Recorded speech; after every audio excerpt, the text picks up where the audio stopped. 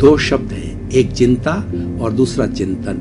ये दूसरे के ऑपोजिट है, एक पूर्व है तो एक पश्चिम है, एक दूसरे के रेसिप्रोकल है, एक दूसरे के विरुद्ध है।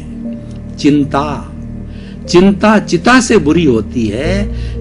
चिता जो है वो व्यक्ति को जला देती है। उसी तरीके से चिंता है स्वस्थ व्यक्ति को भीतर ही भीतर खाने लग जाती है, जलाने लग जाती है, क्योंकि चिंता में व्यक्ति खो जाता है, उसका जो ध्यान वो विक्षिप्त हो जाता है, उसका मन है नॉन प्रोडक्टिव हो जाता है और फालतू की कल्पना करने लग जाता है। ऐसा हो जाएगा, वैसा हो जाएगा, बुरा से बुरा सोचने चला जाता है, डिप्रेशन में चला जाता है और कई बार तो ऐसे बुरे विचार आ जाते हैं कि व्यक्ति सुसाइड करने के लिए भी तैयार हो जाता है। चिंता बहुत खतरनाक होती है। अब हमारे व्यवहारिक जगत के अंदर चिंता कई तरह की होती है। एक तो पारिवारिक की होती है, हस्बैंड वाइफ के बीच के अंदर मतभेद हो जाना बहुत बड़ी चिंता का विषय होता है, और वो चिंता तो ऐसी होती है कि वो किसी को कह भी नहीं सकता।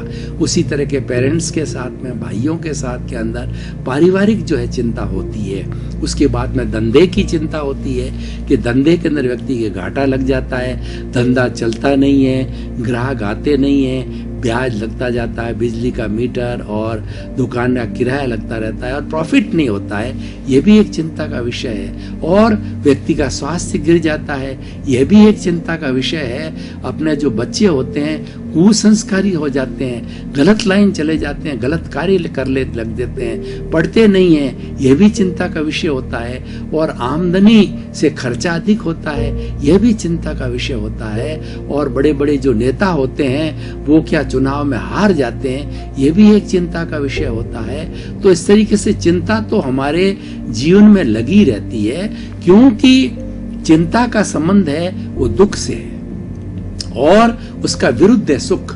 सुख और दुख है ये धूप छांव की तरह है, ये रात दिन की तरह है। एक ये चेन है कि एक सुख के बाद में दुख आता है, और जब दुख आता है तो चिंता चालू हो जाती है, सुख आता है तो प्रसन्नता चालू हो जाती है, और ये पहिया घूमता रहता है।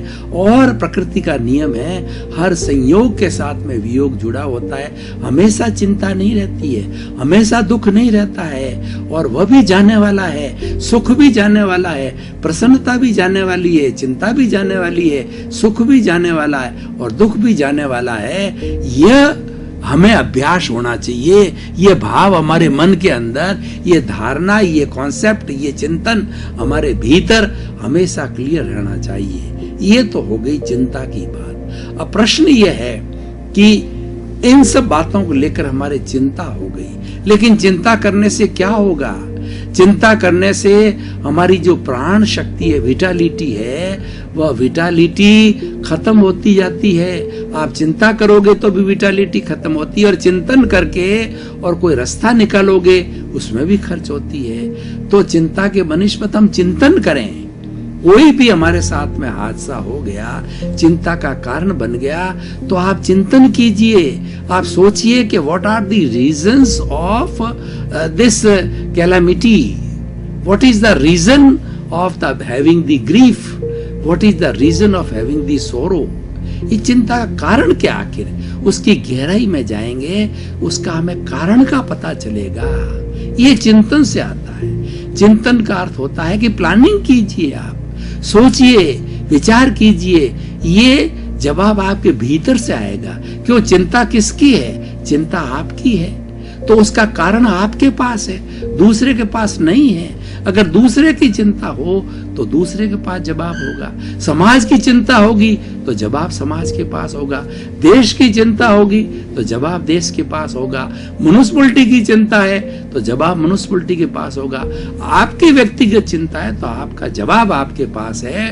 वो जवाब को प्राप्त करना, वो जवाब की गहराई में जाना, उस जवाब के ऊपर मनन करना, वह चिंतन कहलाता है। हमारी भारतीय संस्कृति में 3 शब्द आते हैं, चिंतन, मनन और निध्यासन।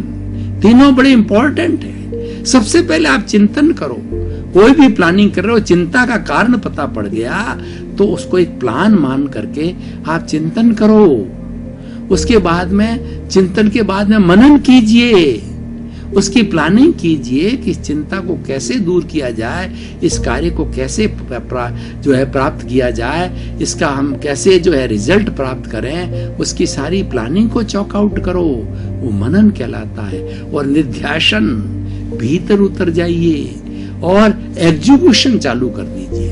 निध्यासन एग्जीक्यूशन है। चिंतन और मनन में थोड़ा समय लगाना चाहिए। प्रमुख चिंतन होता है और मनन है वो डीप, उसकी प्लानिंग करना मनन कहलाता है और एग्जीक्यूशन करना निध्यासन कहलाता है। तीनों आवश्यक है। तीनों का जब जोड़ा बनता है, तीनों एक साथ किए जाते हैं तो हमें सफलता मिलती है, हर कार्य पार लग जाता है। तो भाई और बहनों, दर्शकगण, श्रोतागण, चिंतन प्लानिंग है, चिंतन एक व्यवस्था है, चिंतन एक चिंता के कारणों की खोज है। और देखिए, हम डॉक्टर के पास जाते हैं, डॉक्टर हमारी सारी हिस्ट्री पूछता है, आपको बीमारी कब से है, क्या आपके हेरिडिटी से है, और दूसरा कैसा खाते हो, कैसा आपका आचार है, कैसा विचार है, कैसा भोजन है। वो पूछताछ करके क्यों करता है? वो रीजन जानना चाहता है, उसको डायग्नोसिस कहते हैं। वो जानना चाहते हैं कि बीमारी का what is the root cause of the disease. He wants to reach the root cause of the disease. He wants to go up to that. That is called diagnosis. That is called analysis. जब उस diagnosis पर पहुंचता है तो उसको मालूम पड़ जाता है इसका कारण ये है, और कारण पता करते वो निवारण चालू करता है। निवारण का अर्थ होता है दवाई देता है वो। अब कारण अगर सही पकड़ में आ गए, इसलिए कहा जाता है if the diagnosis is done proper, by the way of the testing, by the way of the inquiry, by way of the mentality, psychology of the patient, सभी किसी तरीके से रीजन पता पड़ जाता है, कारण पता करते ही कार्य हो जाता है। क्योंकि कारण और कार्य जो है ये एक बहुत बड़ा प्रकृति का नियम है, यूनिवर्सल लॉ है। ये सार्वभौम सत्य है कि बिना कारण के कोई कार्य नहीं होता है। तो आपका चिंता का भी कोई न कोई कारण होगा, उस कारण को जानना चिंतन कहलाता है। इसीलिए ये पूरा स्लोगन इस तरीके से है, चिंता नहीं चिंतन करो।